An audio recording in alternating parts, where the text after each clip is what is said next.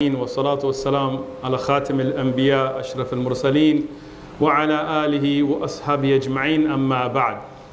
Inshallah, first thing I'm going to encourage the brothers to come closer. As we know from the Sunnah, is to sit close to the speaker. It doesn't matter if the speaker you like him or don't. That's not the issue. The point is the subject that's being discussed is important. And the Sahaba, they used to sit close. So especially the brothers that are outside, unless you have a reason to be, come inside. Inshallah, if you're on the outside of the masjid, please come inside.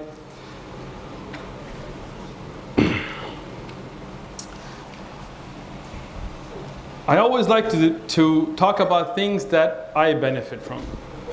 Because in the end, it doesn't really matter, to be honest, and I don't mean to sound rude, whether you benefit or not. In the end, if I can benefit from this talk in front of Allah subhanahu wa ta'ala, then I'm successful.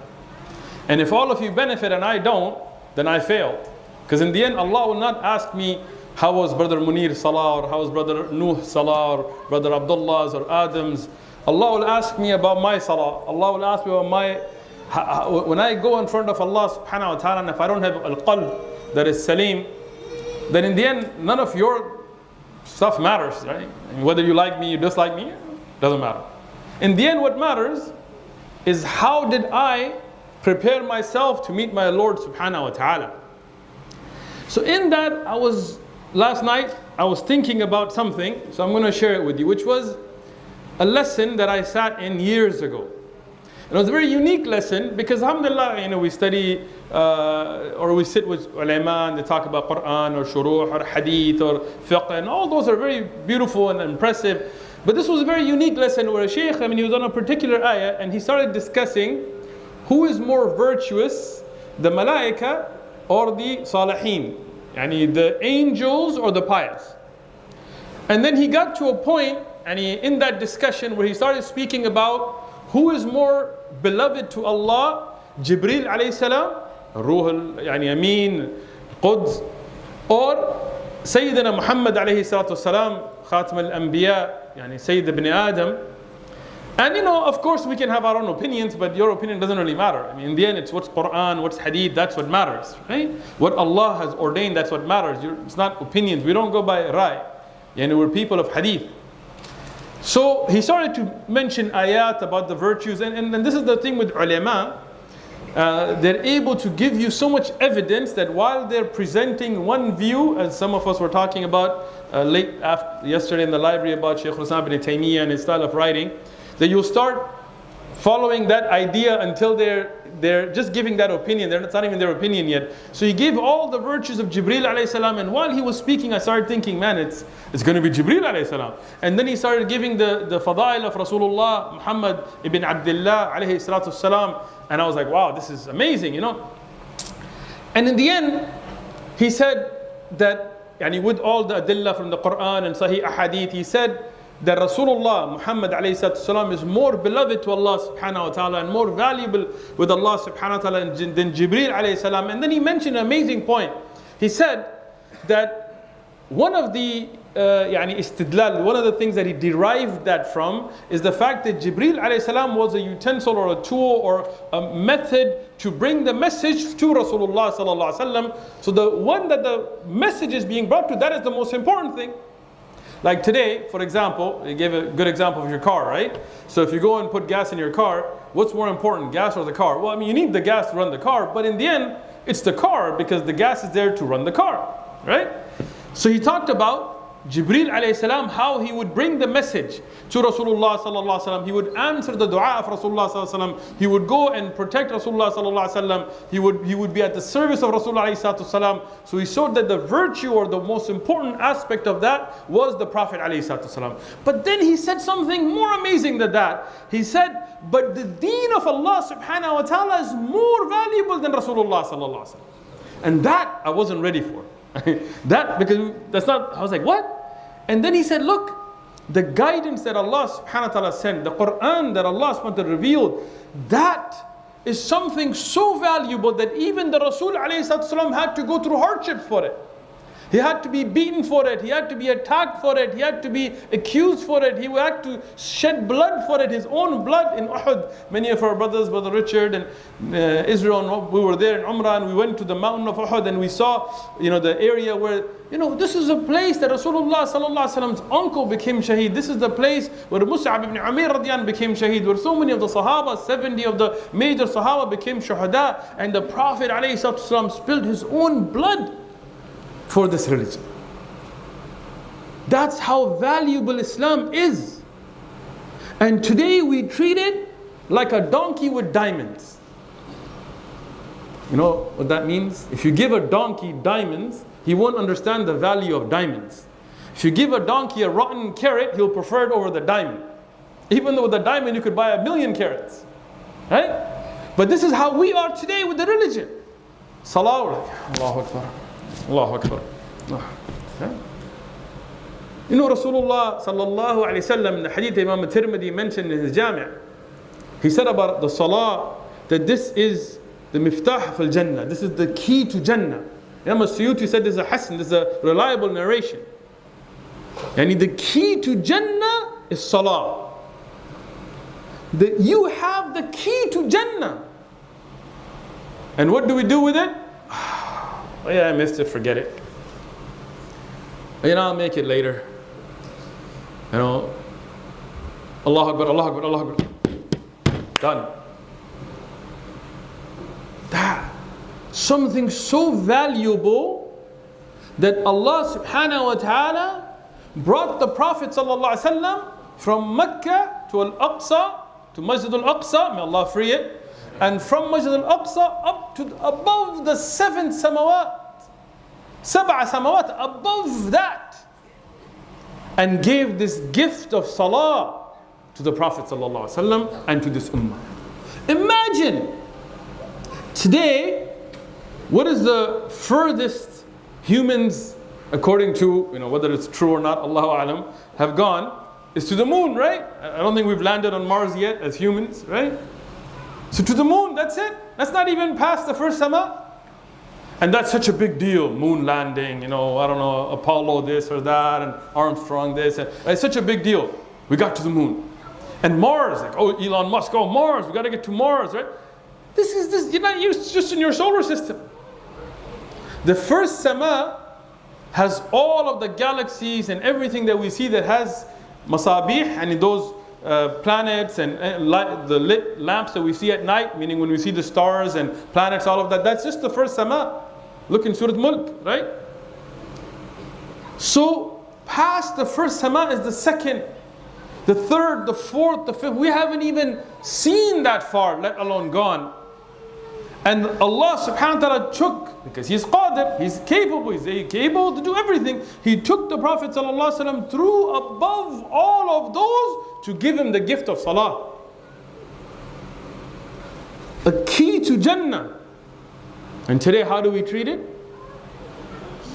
Lazy with it. La hawla wa la quwwata illa billah. Rasulullah sallallahu alaihi wasallam said about this.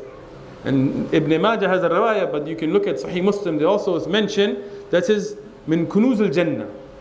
From the treasures of Jannah. Some of the narrations meant from under the arsh of Allah, but the one in Sahih Muslim, it mentioned this is a treasure from Jannah. This dhikr was brought as a treasure from Jannah. Today we don't even understand it. Today when you get angry, you say, La hawla wa la quwwata, Instead of looking at what is the beautiful meaning that nothing has power, nothing can move, nothing can be except by the will of Allah subhanahu wa ta'ala. This deen Allah subhanahu wa ta'ala brought as a mercy, a rahmah, for not just us, but for mankind. When you look at the laws of Allah, whether it's not doing haram. Today, when you tell somebody, brother, you can't use riba, they get upset. Thinking as if riba will help you, wallahi it won't. It will destroy you. You look at the homeless population in America. You look at the housing prices in San Diego especially. You guys are from San Diego, you know. Why? Why is a medium house $800,000? Because of riba. If you had to pay cash, imagine you go out to your white neighbors and stuff and see which one has 500,000 cash to put down. They barely have $5,000 in their banks. But because of this slavery that has been brought, and may Allah protect us and our ai*imma and our ulama and our masajid, because they are working day and night to make haram halal today. Fatwa from here and fatwa from here. Wallahi, the fatwa will not get you out in front of Allah. This idea that the Sheikh will be responsible is wrong. When Allah subhanahu wa ta'ala talked about the Yahud and Nasara worshipping their rabbis and priests, one of the Sahaba came to Rasulullah sallallahu alaihi wasallam. He said, who used to be Christians and Jews, he said, we didn't worship them. And we followed them, we didn't worship them. Rasulullah sallallahu alaihi wasallam told them, didn't you take halal that which Allah made haram because of them? You worship them. So when Allah made riba haram, and you take the fatwa of some sheikh or some doctor or some gynecologist saying that it's halal, then wallahi you're worshipping them. When Allah made ikhtalat bayn al-rijal wal nisa, or when Allah subhanahu wa ta'ala made other things that are in the Quran and hadith haram, and you say, but Sheikh Fulan said it's okay? No. If Allah said it's wrong, it's wrong. If the Rasul alayhi salam said it's haram. If Allah ordered it, khalas, it's part of our deen, nobody can take it away from us. If Rasul alayhi salam ordered it, khalas.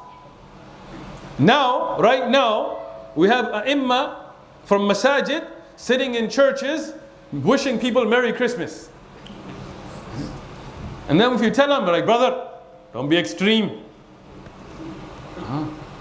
They'll take an ayah that has nothing to do with it, they'll twist it. Knowing they're twisting it. You don't have to stand in front of Allah tomorrow and answer. You think this is the first time the ummah has come into this contact? In the time of Umar ibn Khattab radiyallahu anhu, look in the book Iqtada Siratul Mustaqim, you see the narration in there. When the Muslims went to Faras and these lands and Rome, Umar radiyallahu anhu forbid them to enter the places of the worship of the people of Kufr during their ayyad, during their celebrations. And he forbid them. Nowruz, anybody know what Nowruz is? It's a Persian, you know what it is, What do you do in Nowruz? What do the people do? Not you, but they jump on fire. They can't wait to get on that hellfire. I don't know that they want to jump on fire. This was a fire worshipping festival for the people who worship the fire. That's why they have a fire. And today, Islamic republics, I'm not going to mention names, Iran, and they celebrate it as a country. Umar Radian, clear. Ali ibn Abi Talib, if they claim to follow, they forbid this by name. As I said, pick up Iqtada Siratul Mustaqim, you'll see the narration. Then there are Bayhaqi has it, and in Sunan al-Kabir as well with Sanad, where these were forbidden by name.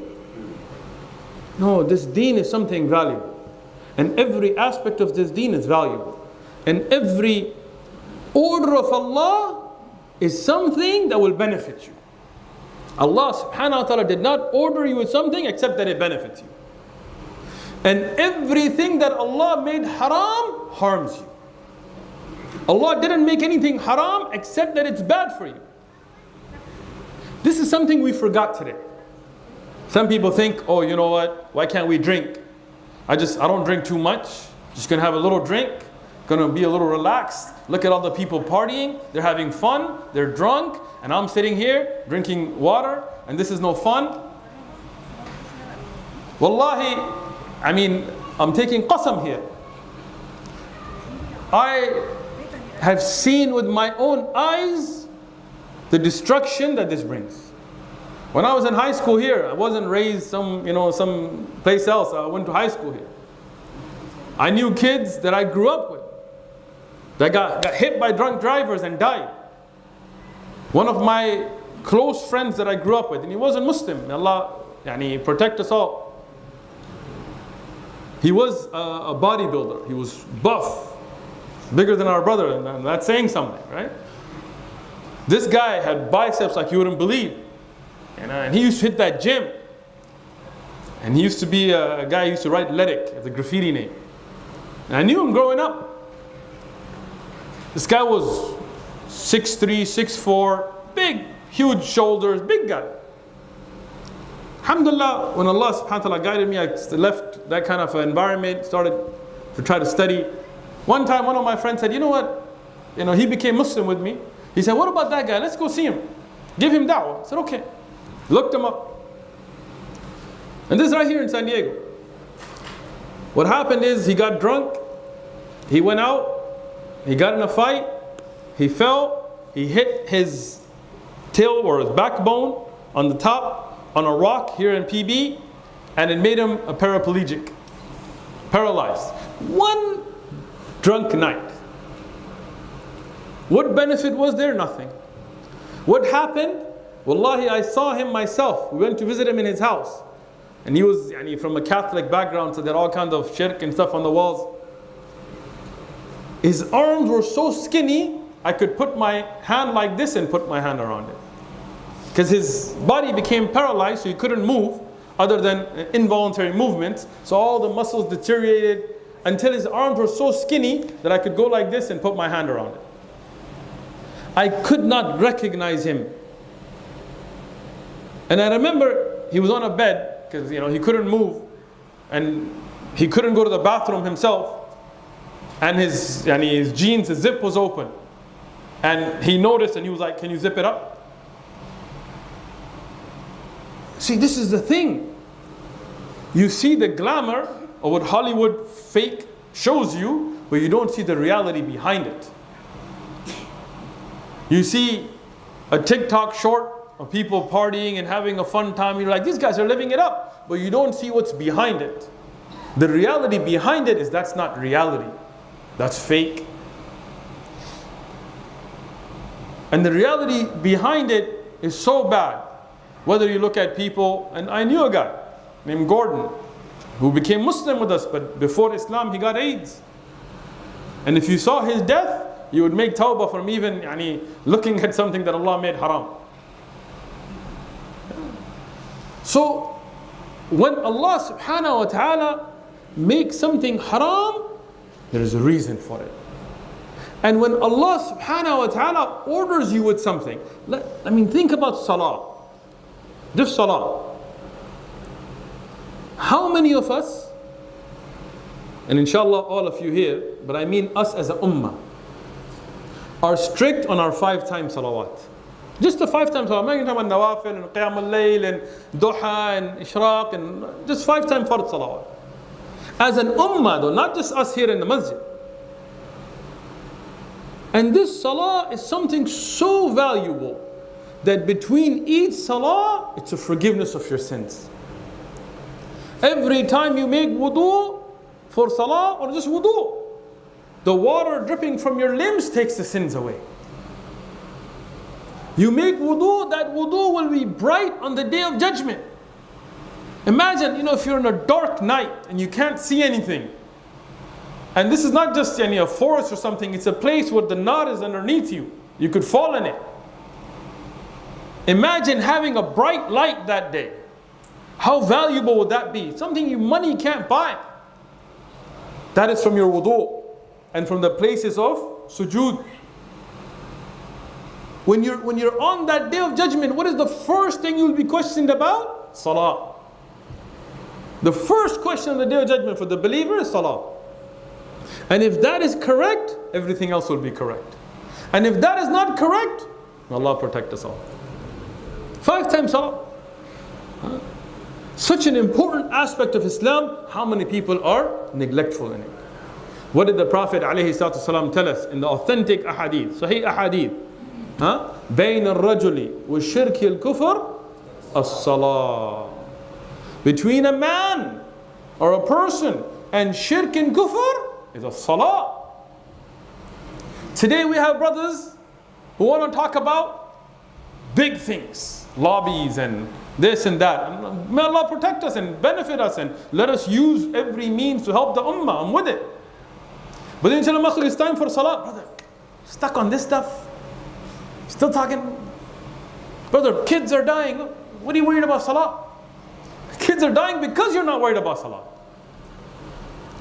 This is the issue. We have We have changed ourselves, so our condition changed for the worse. And until we change ourselves back to the way of the Salaf al-Salihin, our condition will not change. This is the sunnah of Allah. You think Musa alayhi salam beat Fir'aun because he had a great lobby? No, it's the nusrah of Allah. You think Dawood alayhi salam, when he went to take this land, it was because he was such an intelligent politician? No. When Umar ibn Khattab radiallahu anhu, look at your books of tariq. When he took Al-Quds, there wasn't even fighting. Umar ibn Khattab radiallahu anhu went, they gave him the keys. Why? Because the Muslims were so on their deen. When the Muslims were upon their deen. When I look at the situation today, may Allah protect us and protect our brothers in Gaza and Palestine and in every place, our brothers in Sudan, other parts of the Ummah that are going through hardships. May Allah protect us and them all. Wallahi, our hearts cry for these situations. And I hate people that mask things with fakeness. Right now, a lot of people, they're like, it's a good time for our organization to get, more funding because we can use it. A'udhu billah. You're using the misery of the Muslims for what? Your own power play? No, we can distract the people from this. No. We have to really care. And we have to make meaningful change. Not just, okay, I went and I posted something and khalas, I'm done now. Woohoo! No, yes, we use our social media, we use every means we have to bring awareness and to do, and this is something that's changed the game this time. Before, Fox and BBC and all of them could hide things, but now because social media, may Allah let us use it for khair, the truth has come out in front of people, and many non-Muslims and many people that would not have been are aware. That's very important. But that's not the end of it. We as Muslims have to come back to the Kitab and Sunnah. We as Muslims have to come back to tawakkul and yaqeen. We as Muslims have to stop fearing death and stop fearing blame and stop fearing cancellation and stop fearing labels. And until we come back and unite, but how? That's the problem. Everybody agrees we should be united. Like this is in every masjid we should be united. Everybody, we need to be united. Great. But the answer is always like, how do we unite? Follow me. And then everybody's like, in their own directions, But you can't unite like that. It's never going to work like that. How will we unite? Kitab wa Sunnah. The Quran and whatever is sahih, authentic, and al-Mustafa alayhi salatu wasalam. That's the only way we can unite. If you want to be united, let's talk about what Allah ordered in the Quran. What is authentic from al-Mustafa alayhi salatu wasalam, now we can unite. Until we as a ummah start coming back to that, and no more of this. Right now, for example, somebody contacted me about something they wanted to do for Palestine. And we told them our masjid and our brothers are always ready, and we're ready to help in any way. They said, we want to invite you to speak, but we don't want you to mention any ayat of Quran, no hadith, and nothing about Islam. What do you want me to talk about? That's all I know. They said, no, we just want you to talk about the Palestinian people and Palestinian culture and Arab-Israeli conflict, but no Quran, no hadith, because we don't want to alienate the non-Muslims that are coming. So no, you're never going to win like that. If you make this an Arab issue, then go for it, bro. The 6-day war, you can have a 5-day one this time. Yeah. If you want to make this pan-Arab nationalism, if you want to make this not an Islamic cause but a Palestinian cause, wallahi, you're never going to win. That's not how Salahuddin did it. It's not Umar ibn Khattab did it. That's not how anybody did it before that. Salahuddin Ayyubi wasn't Palestinian. He wasn't Arab. He was Kurdish. That's right. But he did it for Islam. He got the ulama together, and he got the Muslims together behind the cause for the sake of Allah. You saw the victories from Allah subhanahu wa ta'ala. Umar ibn Khattab radiyanhu, when he was going, it's very important for us to know these narrations. when he was going to take Palestine, to Quds. And Quds is the heart of Palestine. This is the place. You know, otherwise this whole area was called Sham before. And in Lebanon, Syria, Jordan, Palestine, this is all Sham. And Sham is Ribat. This is the place of, the border. And it's going to be till the Day of Judgment, as we see it today. But Al-Quds, Masjid al-Aqsa, this is the heart of it. So when Umar ibn Khattab is going, as a Khalifa, as Amir al-Mu'mineen, he's going and his clothes are ripped. And he's going with his servant, but he's taking turns. You know the famous narration, you can find it in the Kutub al-Tariq and so on. And when he gets close, who is the one in charge of the Muslim advances there at that time? The time Umar al-Khattab radiyallahu was Abu Ubaidah bin Jarrah, the great Sahabi, the Amin of this Ummah, from the greatest of the Sahaba, from the 10 given the glad tidings of Jannah. And he's the one that's in charge. So he's been in all the battles against the Romans, and he's been coordinating for the surrender of Al-Quds and so on. So when he sees that the leader of the Muslims, Amir al-Mu'mineen, now imagine this, and evaluate our leadership today. I'm not calling anybody out, but you can make your own comparisons in your own minds, right? Umar ibn Khattab now is coming, and his servant, his helper, is on the camel while he's walking, because they're taking turns, only have one camel. And his shoes are taken off, he's barefooted, they're on his shoulder. And his clothing has patches in it. Not worried about it. And he's dusty, and he's travel. And now he's going to meet the leaders, the kings, the mayors, the governors, who are going to give up the city. So Ubayd bin Jarrah is like, Umar, what are you doing? Like, they were friends, So change your libas, gotta look presentable, right? Umar radiyallahu, he told them, if you weren't such an honored Sahabi in the eyes of Allah and His Messenger, I would have given you real punishment. Umar was strict, radiyallahu anhu. But he took some of the sand and he threw it on him. He told him, Allah subhanahu wa ta'ala gave us izzah with what? With Islam. We were the worst, disgraced people. The Arab were the worst people. Let me go ahead and offend some people here. First thing, you're probably not ethnically Arab to begin with. You're Musta'arab, right? Unless you're from like some tribes of Yemen and so on. So, before Islam, what were the Arab? What was their skill? They were not great businessmen. They did business, but the centers of business like Sham and other things, the Persians were much better in business. The Romans were much better in business. They didn't have a king. They didn't have an army. They weren't good in science. They weren't good in math. They weren't good in philosophy. What were they good at? Go ahead. Poetry. Whoa. Great job, go ahead. That's it. The Romans looked down on them. The Persians treated them like slaves. Nobody wanted to even rule them. That's how they were just Bedouins here and there. That's the reality. And has anybody read the poetry of Jahiliyyah? Anybody? No? Never studied? Yeah? It's pretty disgusting, by the way. It's not like what you think poetry, like Imam al-Shafi'i's poetry. They talk about people's moms. It's a big insults and stuff. Yeah. When you study like Alfiya ibn Malik or something, you study some of the poetry of the time of Jahiliyyah. It wasn't like really like spiritual either. Allah subhanahu wa ta'ala honored the Arab by sending the best of mankind amongst them. And that is the skill of the Arab, the funun of the Arab, la ilaha illallah. That's what Allah brought. Allah blessed them with it. This is the choice of Allah. Allah saw that this was the people that would take this banner, and Allah raised them with Islam. Before that, just to kill all that pan-Arab nationalism, the Arab were nothing. They were disgraced. Allah raised them with La ilaha illallah.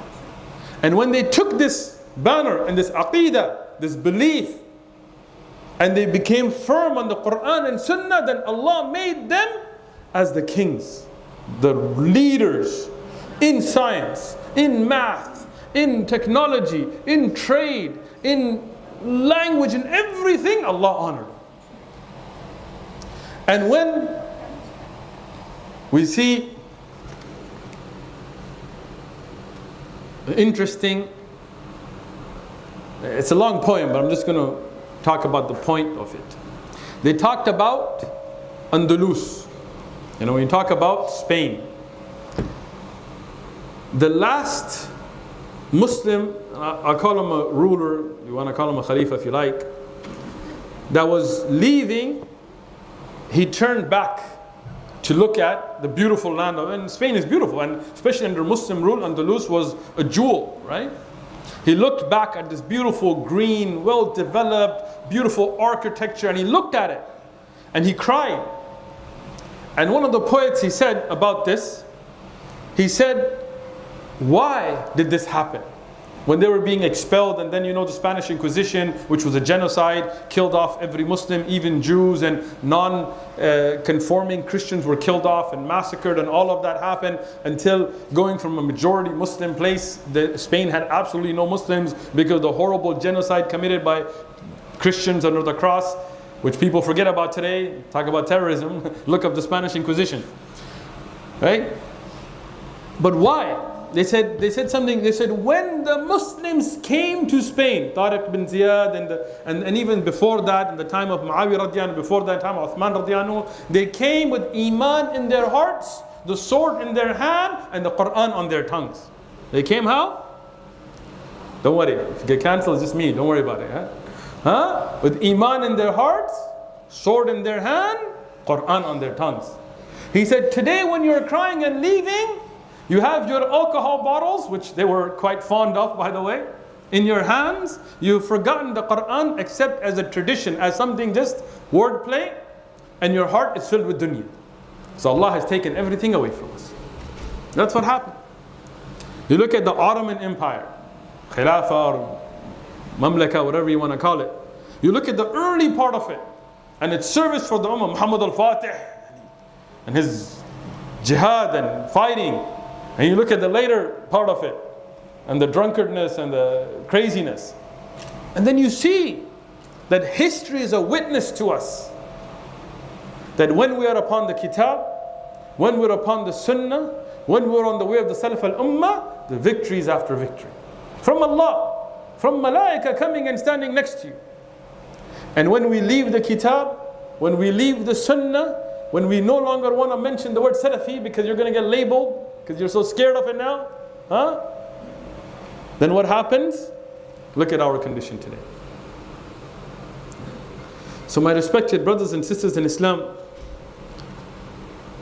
my humble message to you, for the sake of Palestine, for the sake of Gaza, for the sake of Kashmir, for the sake of Shishan, for the sake of Burma, for the sake of Somalia, for the sake of Sudan, for the sake of every part of the Muslim Ummah, from the Uyghurs in China all the way to our brothers and sisters wrongfully imprisoned in America, all the way from down south in Africa to up north in the Russian republics, in Chechnya and Dagestan, and all these areas that the Muslim Ummah has suffered after suffer. Enough.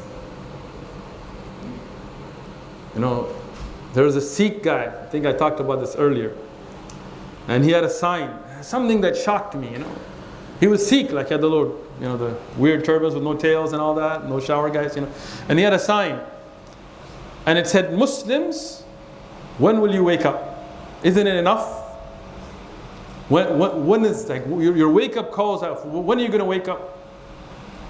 And this is a kafir, but he realizes that Allah is giving us wake up calls, and we're not waking up. You know, every time Ibrahim alayhi salam was tested, he passed. Right? Ibrahim alayhi salam, when he was tested with his own people, he didn't say, you know what, let me not touch the idols because we're in their land, or we need a new Islam for this land. Like, you know, now we hear this thing, we need an American Islam, you know. We're going to have a Mexican Islam and a Chinese Islam and a Puerto Rican Islam, and it's not a rice dish, bro. It's Islam. There's only one Islam, the Islam of the Quran, the Islam of the Mustafa alayhi salatu salam. We don't need an American Islam. We don't need to change Islam. We need to change ourselves. And if society doesn't like it, society needs to change. I'm not afraid to say that. Yeah. You got people promoting communism in America, they're not afraid to speak. You got people that are fascists in America, they're not afraid to speak. You got liberals and this and that, and you got Antifa, and you got Proud Boys, and they're and if I say no, the laws of Allah should be here, oh my God, get this guy out of here. Khalas, it's okay. Send me somewhere else. I'm good. I'll go wherever. Huh?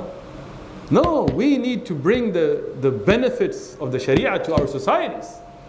This is the solution, not the problem. If people don't understand it, it's our job to explain it.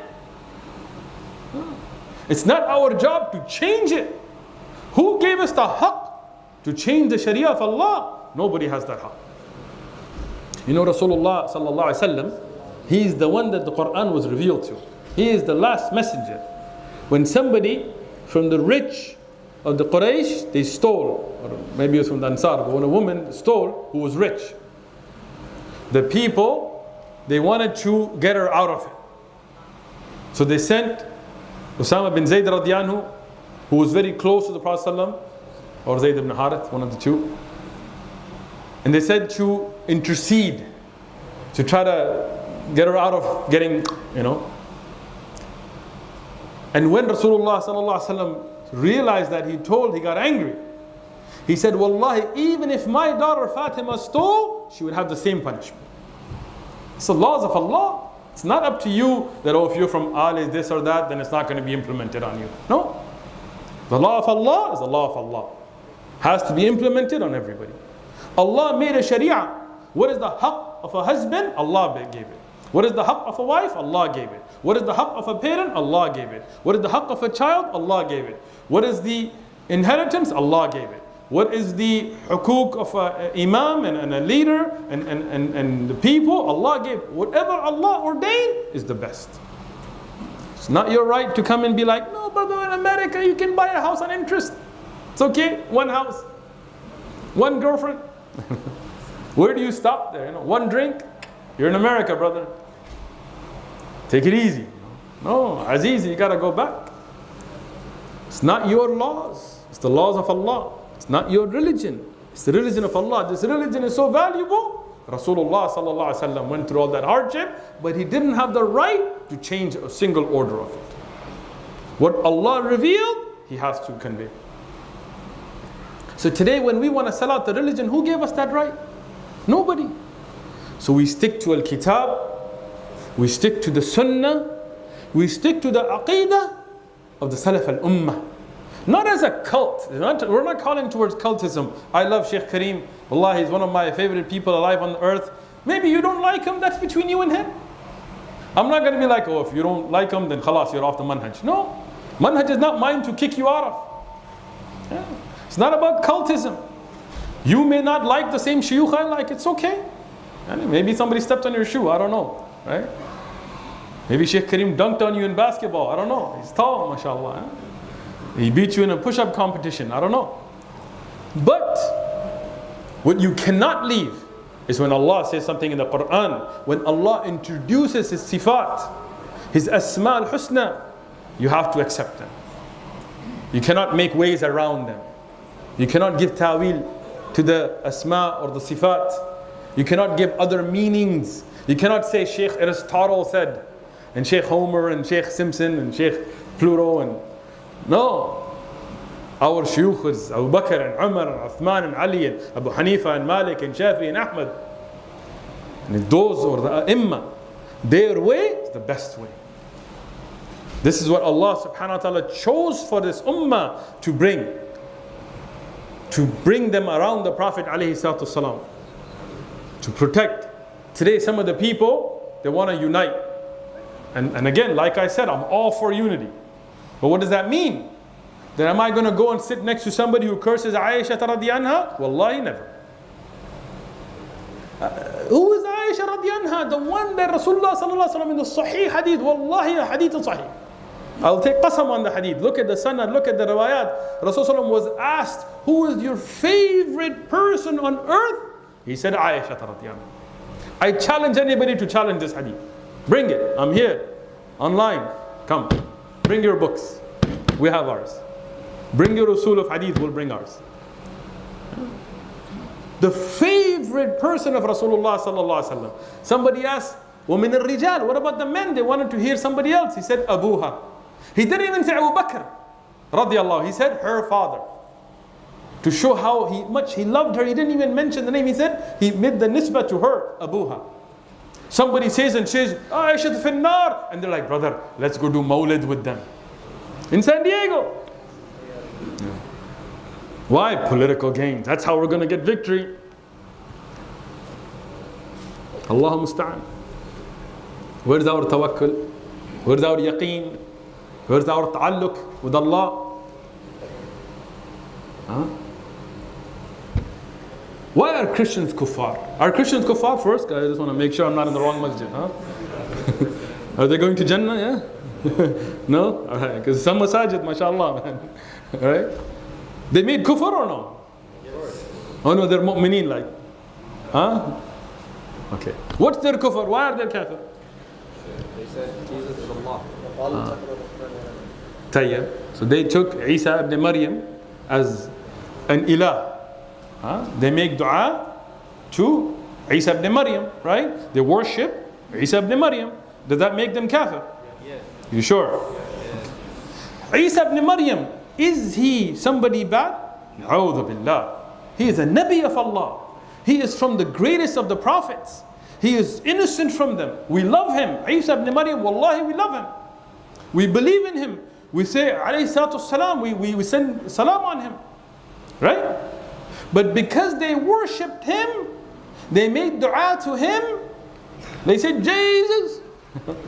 We say, no, it's kufr. You're no longer Muslim.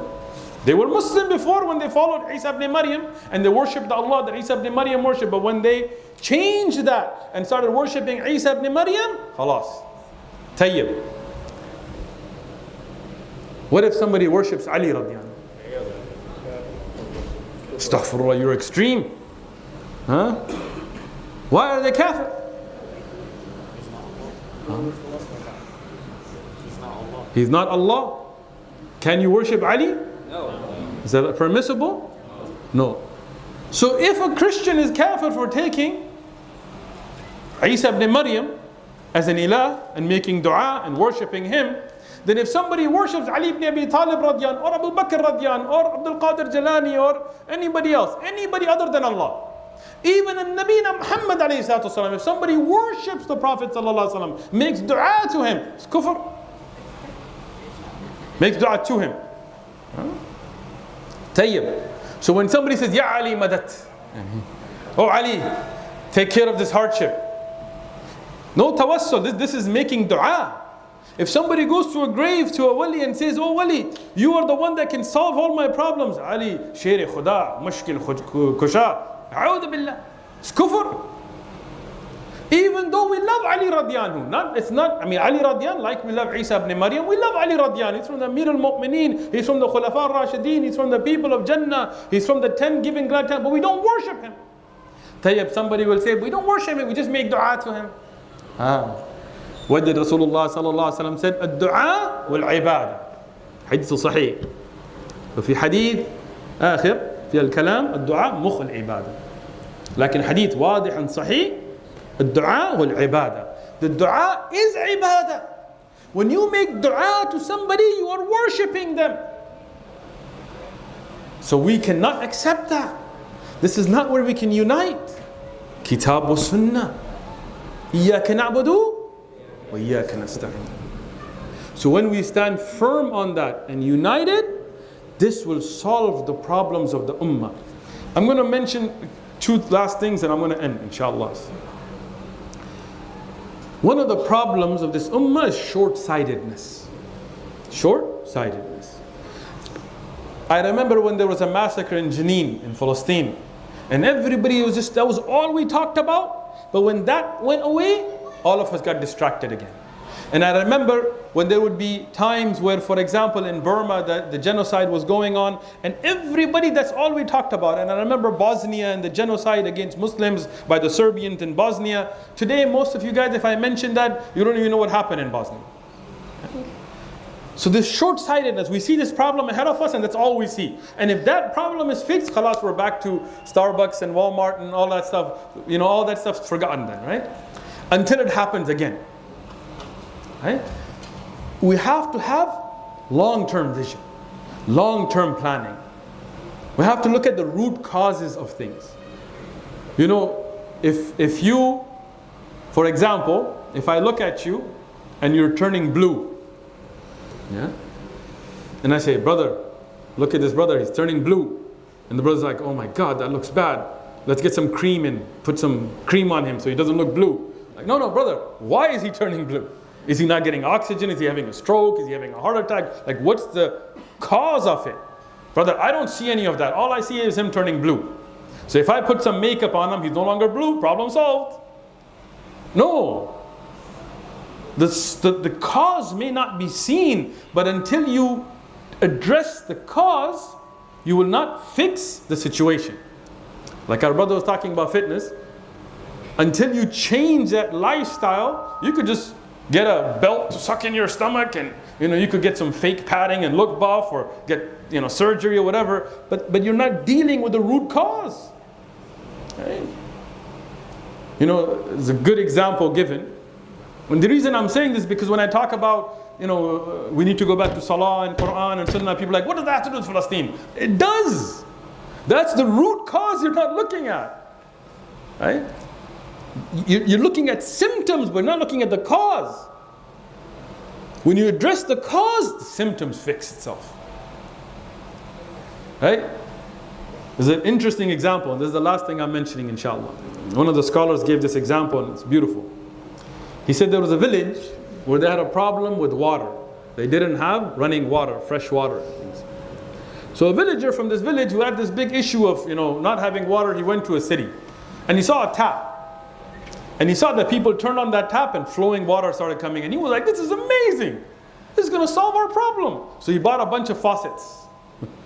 And he took it back to his village and he collected all the villagers and he said, look, I fixed the problem. I'm your hero. He's like, what's going on? I found the solution. He took the faucet, just the faucet, and he stuck it into walls.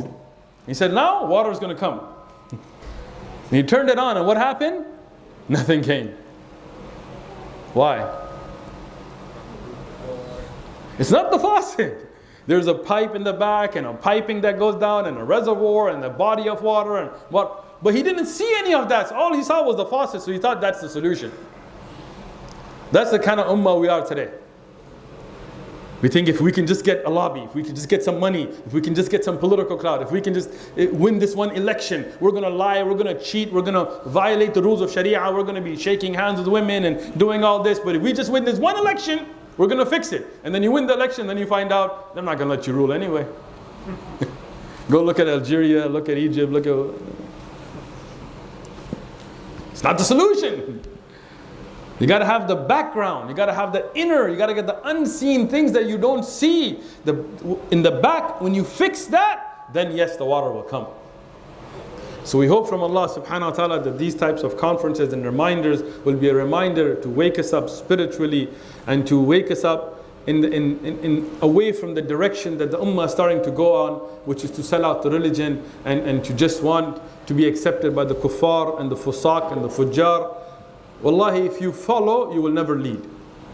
And when you lead, you will see them follow you. So we ask Allah subhanahu wa ta'ala to protect us and benefit us, and we'll stop here inshallah. I think we have the panel coming up. We can give a break inshallah. Save the questions for the panel. Hamza coming up inshallah. So we'll give maybe 10 minutes. Inshallah, we'll give you guys 10 minutes.